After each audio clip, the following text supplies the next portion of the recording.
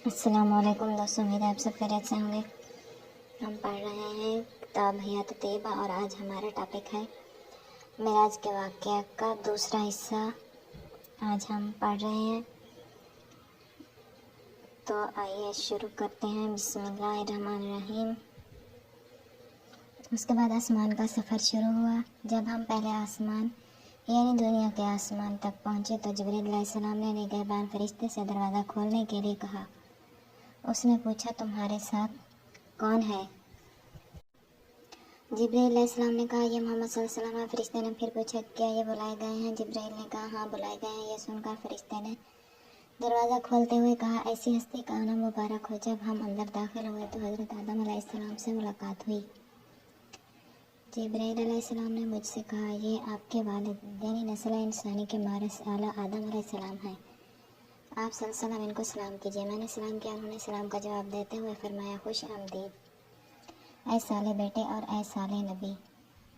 اس کے بعد دوسرے آسمان تک پہنچے اور پہلے آسمان کی طرح جواب و سوال کے بعد دروازہ کھلا اور ہم اندر گئے تو وہاں یحییٰ علیہ السلام اور عیسیٰ علیہ السلام سے ملاقات ہوئی۔ جبریل علیہ السلام نے ان سے تعارف کرایا اور کہا، آپ سلام کیجیے۔ میں نے سلام کیا۔ دونوں نے جواب دیتے ہوئے فرمایا، خوش آمدید اے صالح بھائی اور اے صالح نبی۔ پھر تیسرے آسمان تک اسی طرح پہنچے۔ یہاں حضرت یوسف علیہ السلام سے ملاقات ہوئی اور پہلے کی طرح سلام و جواب ہوا۔ چوتھے آسمان پر حضرت ادریس علیہ السلام سے ملاقات ہوئی۔ پانچویں پر حضرت ہارون علیہ السلام اور چھٹے پر حضرت موسیٰ علیہ السلام ملے تو ساتویں آسمان پر حضرت ابراہیم علیہ السلام سے ملاقات ہوئی۔ انہوں نے بھی سلام کے جواب میں فرمایا، خوش آمدید اے صالح بیٹے اور اے صالح نبی۔ پھر مجھے سدرۃ المنتہا تک پہنچایا گیا۔ یہ ایک بیری کا پیڑ ہے۔ انتہا پر اس پر بے شمار ملائکہ جگنوں کی طرح چمک رہے تھے۔ یہاں آپ صلی اللہ علیہ وسلم نے بہت سی حقیقتوں کا مشاہدہ کیا اور اللہ تعالیٰ سے ہم کلام بھی ہوئے۔ اللہ تعالیٰ نے رات دن میں 50 وقت کی نمازیں آپ کی امت کے لیے فرض کیں۔ جب آپ صلی اللہ علیہ وسلم ان مشاہدات سے فارغ ہو کر واپس آئے تو حضرت موسیٰ علیہ السلام سے ملاقات ہوئی۔ انہوں نے پوچھا، کہو بارگاہ خداوندی سے کیا تحفہ لائے؟ فرمایا، دن رات میں 50 نمازیں۔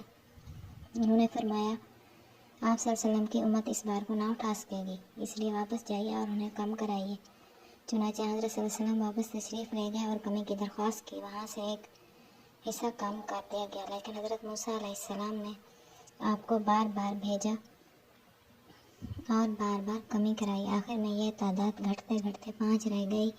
اس پر بھی اگرچہ موسیٰ علیہ السلام مطمئن نہیں تھے اور مزید کمی کرانے کو کہتے تھے، لیکن اب حضرت صلی اللہ علیہ وسلم نے فرمایا کہ مجھے مزید کچھ کہتے شرم آتی ہے۔ اس پر اللہ تعالیٰ کی طرف سے نگاہ آئی کہ اگرچہ ہم نے نمازوں کی تعداد 50 سے گھٹا کر 5 کر دی ہے، لیکن تمہاری امت میں جو لوگ پابندی سے روزانہ 5 وقت کی نماز ادا کریں گے انہیں اجر 50 نمازوں کا ہی دیا جائے گا۔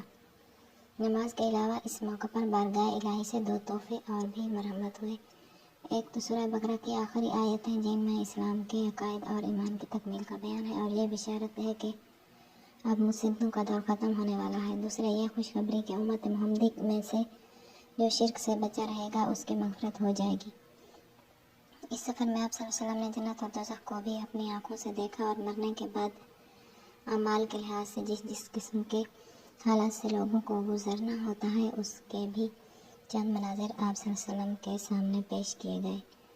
آسمان سے واپس ہونے کے بعد جب آپ صلی اللہ علیہ وسلم بیت المقدس تشریف لائے تو دیکھا یہاں انبیاء علیہ السلام کا مجمع ہے۔ آپ صلی اللہ علیہ وسلم نے نماز پڑھائی اور سب نے آپ صلی اللہ علیہ وآلہ وسلم کے پیچھے نماز ادا کی۔ اس کے بعد آپ صلی اللہ علیہ وآلہ وسلم اپنے مقام پر واپس تشریف لائے اور صبح کو اسی مقام سے بیدار ہوئے۔ آج کی ہماری یہ ویڈیو یہاں پر ختم ہوتی ہے۔ اگر ویڈیو پسند آئی تو لائک ضرور کر دیں، چینل پر نئے تو چینل کو سبسکرائب کر دیں تاکہ اسلامی کتابوں کی تمام ویڈیوز آپ تک پہنچتی رہیں۔ ہم اپنی اگلی ویڈیو کے ساتھ پھر آپ کی خدمت میں حاضر ہوں گے۔ دعاؤں میں یاد رکھنا، اپنا خیال رکھنا۔ تب تک کے لیے اللہ حافظ۔